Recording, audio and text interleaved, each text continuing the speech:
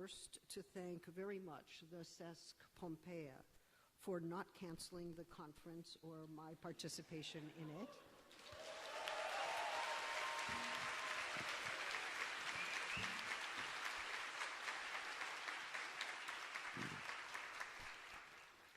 As you can see from the program, I am one of the organizers of this conference, and I do not give a lecture here. We have had to change the structure of the first day of the conference because one of our participants, Sueli Rolnik, who was to speak this afternoon, was not able to come, and Wendy Brown was constrained by travel arrangements, so she will speak this afternoon rather than this morning.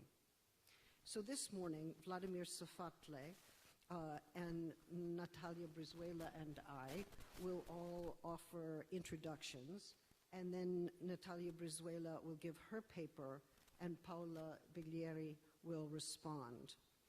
This afternoon, the first panel listed on the program will take place. My task is briefly to introduce the International Consortium of Critical Theory Programs, a project funded by the Mellon Foundation in New York City, to introduce some of our speakers as we proceed and to be part of the roundtable that closes the conference, reflecting on its major debates and themes. The idea of our consortium is to link programs and people who have not been aware of one another, to build a network and a directory. The consortium currently includes about 400 programs, centers, and projects that span several continents and is accepting new entries to its multilingual online directory every week. It is funded by the Andrew Mellon Foundation, and it is sponsoring 7 conferences, one that took place in Bologna on the critical tasks of the university, this one in Sao Paulo on democracy, authoritarianism, and populism, and in the future we will meet in Buenos Aires and Johannesburg on critical memory, in Rijeka, Croatia on the question of violence, and perhaps, if politics improves, we will meet in Istanbul, and if it doesn't improve, we will meet in Brighton on civil disobedience. Then we will have a final conference at the University of California at Berkeley, focusing again on the critical tasks of the university. The consortium includes as well a journal called Critical Times, edited by Juan O. Its first issue will appear soon. We also have a book series in the making called Critical South, and we also have an archive at the University of California in Irvine, which seeks to represent the global shape and reach of critical theories across the world, and a directory where we can all find one another, linking programs and fostering collaborations.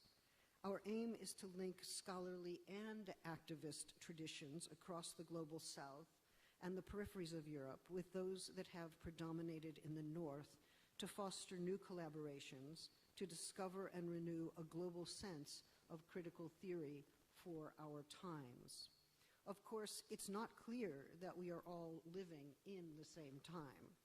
And by that, I'm not referring to calendar time, but rather to political time.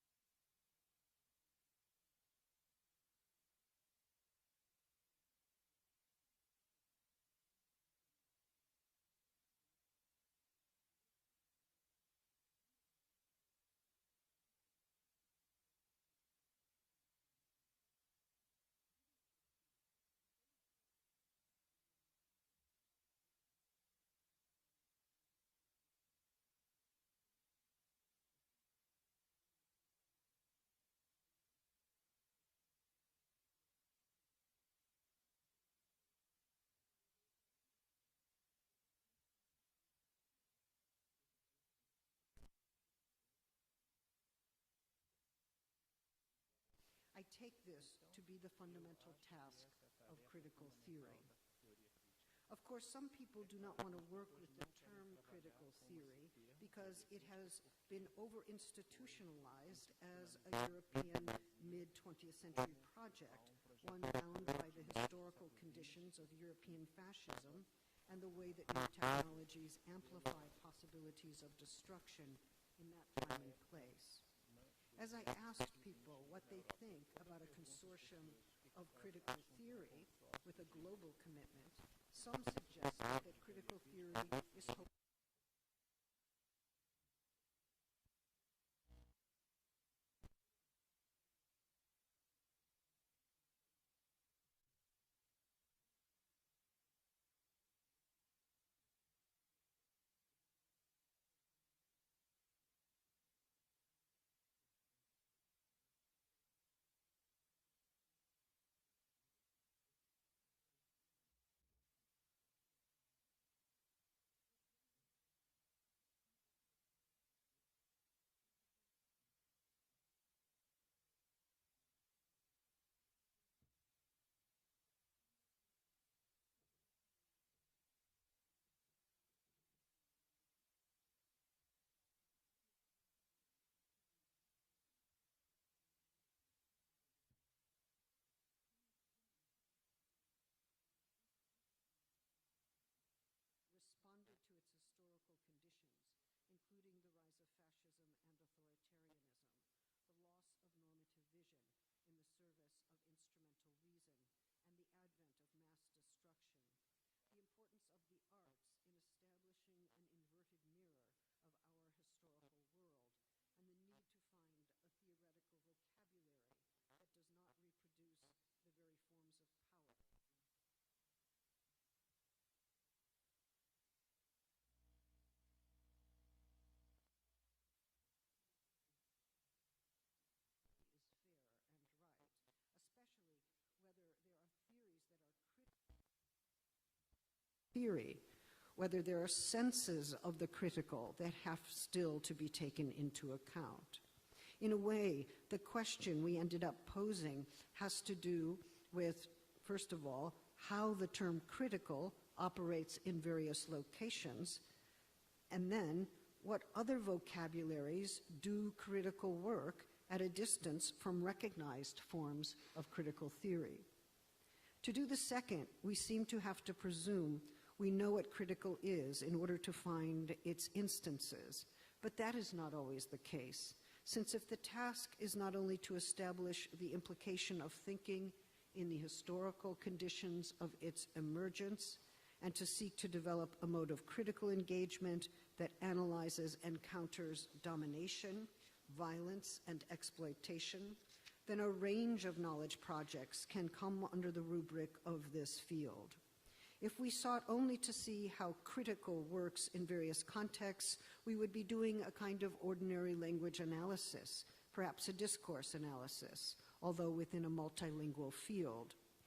Such a project depends, however, on translation, which means that it would constantly come up against the limits of translation, even the translatability of the word critique. What happens if the term critical or critique prove not to be translatable? Does that mark the limit of critical theory in the sense of its end? Or does that mean that we can no longer undertake critical theory without engaging the task of translation, working with linguistic impasse and resistance, the resistance to a language that is foreign and hegemonic, and for whom the possibility of new translations that are constantly understood as inadequate turn out to be fecund. That inadequacy turns out to be their fecundity and their promise. My conclusion here is that there can be no global effort to connect critical theory efforts without letting the term critical theory dissolve and transform in the course of translation itself. So it would have been one project to ask, how has the Frankfurt School been appropriated and transformed in different locations and languages? But that would have kept the historical referent for critical theory in place in Frankfurt. We have to let critical theory leave Frankfurt, or rather, let Frankfurt become resituated within a global framework. We could have sought to give a forum for critical theory from the South, accepting that the South is a unity of some sort with a distinct epistemological standpoint or perspective, more or less purified of extra-hemispheric contaminations.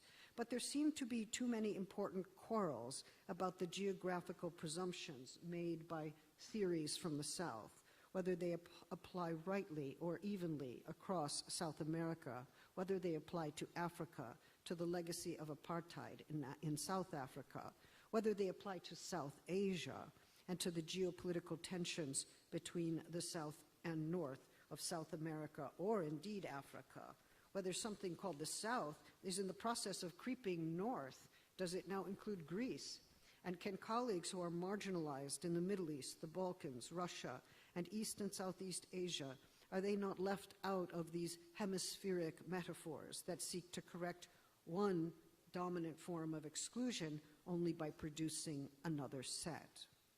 How do we think, for instance, about all our colleagues in Turkey whose punishment for having signed a peace petition or for acts of political dissent is to lose their jobs or be detained in prison, suspended in exile, or their power to leave, or have their power to leave the country revoked? As important as the North-South distinction is for reorienting our thought, we cannot let it efface the rest of the world and our engagement with regions that require networks of collaboration and support. Regions and hemispheres are defined as much by passages and blockages, imperial interventions, and the migratory paths of refugees and exiles as they are by steady maps. Despite the problem with the term, the Global South remains a crucially important term for challenging the Eurocentrism of critical thought in this time. For if critical theory, in its commitment to know and counter forms of domination, cannot challenge hemispheric domination, one in which, as we know,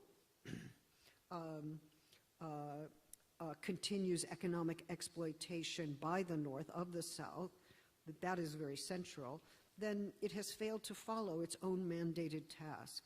At the same time, what we call European theory has become and continues to become something else as it is taken up under new historical conditions and encounters different legacies.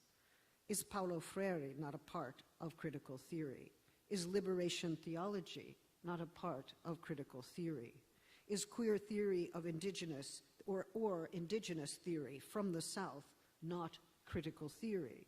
Is performance not a kind of theory? I at least think they all are, or should be, or will be. So in the brief time I have given myself here, I just want to speak in a tentative way about this moment in our history, even as I wonder whether we can speak that way about a moment and a history. Perhaps we can agree that we are confronted not only with the rise of authoritarian politics, but with its normalization. Perhaps if we can index a reality that we might share, we are at once hopeful about mass mobilization and fearful about right-wing populism. And if both are true, how do we think about populism? Is it the same as popular movements or the popular will and its expressions? What difference does it make if we consider the history of left-wing populism in Latin America, analyzed in its formal and effective dimensions by Ernesto Laclau, in comparison with forms of populism emerging in Europe or the United States, or indeed among evangelicals throughout Latin America? How often do we use key terms of political analysis, such as authoritarianism, fascism, neoliberalism, and populism, without doing the patient work of understanding what they mean now, and how their meanings change depending on the site of their articulation? Finally, how do all of these burning political issues relate to democracy? How do we understand its terms? Well, we have posed the question here at this conference, the ends of democracy, question mark. So in the first instance, we are asking a question: what are the ends of democracy? Can we name them? What is it that democracy seeks to realize? What aspirations guide the struggle for democracy? Moreover, is democracy something that can be achieved once and for all, or is democracy a process that cannot be completed, guided by aspirations that forever remain ideal and never achieve final and complete form? But there's a second sense of the ends or ending that haunts this first sense. With some political anguish, we ask, are we at the end of democracy? Is it finished? Are we experiencing its exhaustion and its self-destruction? Well, not everyone asks this question, since many are convinced that whatever democracy is, it certainly has not yet arrived. They are still waiting for democracy, looking for the signs of its coming, seizing on the chances to realize its possibility. For some of us who live within what are called constitutional democracies, we fear that a commitment to that framework has come into question, and we are full of fear. For others, constitutional democracy always covered over forms of exploitation and domination, including slavery, and so it never served as the kind of political framework that is required. However we stand on issues such as these, perhaps it is still fair to say that we vacillate between hope and fear whenever we pose this question about the ends of democracy. We must articulate the ends of democracy in order to realize them in our political lives. We fear that democracy as an ideal and as a reality is coming to an end, and we want to resist that closure.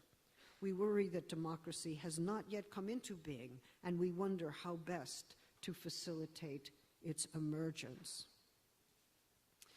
So I would suggest that if the task is not only to establish the implication of critical theory in the historical conditions of its emergence, and to seek to develop a mode of critical engagement that analyzes encounters, domination, violence, and exploitation, then a range of knowledge projects can come under the rubric of this field. So I just want to underscore that point. And secondly, I want to say there can be no global effort to connect critical theory efforts without letting the term critical theory dissolve and transform in the course of translation itself. Next, I just want to again make the point that one of the main questions before us has to do with how to think critical theory now, and that plunges us into the question of how to describe or take account of the temporal present. If we start with the presumption that the now is not singular, that time itself is encountered in highly incommensurate ways, then the question of critical theory is bound up with time, with divergent and convergent temporalities. And this problem of time is bound up in turn with the problem and the impasse of translation. Of course, the Frankfurt School identified forms of domination that it understood as crucial to its own time and to a modernity modeled on its case. That included fascism, anti-Semitism, technocracy, and the destruction of nature. It drew on psychoanalysis, aesthetics, philosophy, sociology, and history. And we can surely ask, did that school rightly identify the historical demands of its times, and did it bring to bear all the resources that it needed? For instance, did it understand colonial power or racism in its complexity and destructive power? And if it did not, what form should that take now, making use of those crucial frameworks? We can also ask, by what means did critical theory identify those issues or demands? What were the geopolitical limits of its understanding of the historical present? Were there, for instance, competing present times for which it had no account? And what difference does it make if we think about the historical present not as a unified reality, but as a field of converging and diverging temporalities? Finally, what does it mean to claim that an historical demand is made of thinking? What form does that demand take? Where does it come from? How is it registered or received? After all, part of the claim of critical theory is that our own thinking takes shape within an historical field, and that history is not simply outside of thought, asking to be thought. History is also an immanent dimension of thinking, and so thinking itself is historical. It bears its own historicity. The task of critical theory is one, of course, of thinking between or across temporal frames, activating some of the problems associated with translation and untranslatability, coming up against the limits of translatability, the epistemic limits, even the epistemic violence that occurs when we seek to override what is untranslatable in the interests of communication, where the norms have already been set for establishing what we call clarity. I say this not to celebrate unclarity, but rather to pose the question of what counts as rational and communicable thought, and how do the norms that constrain that definition in advance do violence to modes of communication and expressivity that do not or will not assimilate into its terms. Critical theory within the global frame has to encounter and even productively founder upon the problem of communicability. The idea of the disciplines also comes into question. For the Frankfurt School, only an interdisciplinary form of thought could stand a chance of responding to the demands of one's historical time, and that is an important point. Given how the disciplines have changed, that proposition takes on another meaning for us. But that claim also bears implications for how the world appears, in what forms, as it were, it gives itself, presents itself. It does not present itself outside of an interpretation. That interpretation carries with it the historical impress of that world. Those who first gathered under the name of critical theory were indeed in a kind of crisis, trying to think new and accelerating dimensions of an economic and political world for which established concepts proved inadequate. Critical theory emerged from Marxism, it is true, but the extent to which it has remained Marxist is a topic of perpetual debate. That vexed and crucial lineage remains active and alive in critical theory today. It would be, I suggest, nearly impossible to maintain any sort of critical theory without a productive engagement with Marxism. But to identify critical theory with dogmatic Marxism is a serious error. Someone did not do their homework. The mandate to undertake an interdisciplinary project that sought to understand the historical conditions of crisis was surely part of what motivated the production of critical theory. That mandate remains with us still. It remains our mandate. It is one that brings together those who are undertaking intellectual work both within and outside the university, sometimes in the face of censorship, repression, and the threat of detention or exile. Those threats surround the exercise of thought, and yet critical thought enacts the struggle to be free. To be free is not the same as living without constraints. None of us simply make ourselves anew as if we could be radically unburdened by the histories that are part of our formation. But the struggle for freedom includes the struggle for free expression and freedom of thought, artistic expression that challenges restrictive norms, and seeks to become a way of thinking that does not reproduce repressive powers and opens up new possibilities, a futural horizon for making life together, even when the very thought clearly frightens many people, even when its realization seems relatively far away. If we think of democracy as a form of rule that the people give themselves, a mode of governance whose laws and institutions reflect the will of the people, then the people must be free to think and debate the substance of laws and the structure of institutions.